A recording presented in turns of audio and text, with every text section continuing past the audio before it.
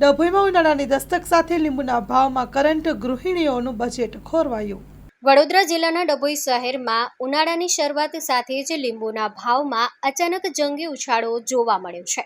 ગરમીમાં શરીરને ઠંડક આપતા અને રસોઈમાં સ્વાદ વધારતા લીંબુ હવે સામાન્ય લોકો માટે મોંઘા સાબિત થઈ રહ્યા છે। ડભોઈના શાકભાજી માર્કેટમાં લીંબુની આવક ઘટતા તેની કિંમત આસમાને પહોંચી ગઈ છે, જેના કારણે ગૃહિણીઓથી લઈને સોડા શરબતના વેપારીઓ સુધી સૌમાં ચિંતા જોવા મળી રહી છે। મળતી માહિતી મુજબ જે લીંબુ માર્ચ મહિનાની શરૂઆતમાં અંદાજિત 40 રૂપિયા પ્રતિ કિલો મળતા હતા, તે જ લીંબુ હવે રૂપિયા 145 થી 150 પ્રતિ કિલો સુધીના ભાવે વેચાઈ રહ્યા છે। એટલે કે માત્ર થોડા જ દિવસોમાં ભાવમાં 200% કરતાં વધુનો વધારો નોંધાયો છે। વેપારીઓના જણાવ્યા મુજબ ડભોઈના બજારમાં મુખ્યત્વે મહારાષ્ટ્ર અને અન્ય રાજ્યોમાંથી લીંબુની આવક થાય છે, પરંતુ આ વર્ષે આવકમાં ઘટાડો નોંધાતા બજારમાં અછત સર્જાઈ છે।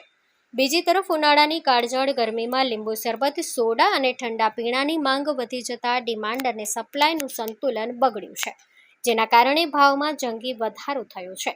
Story report by Lalbhai Pathiyara, Dabhoi.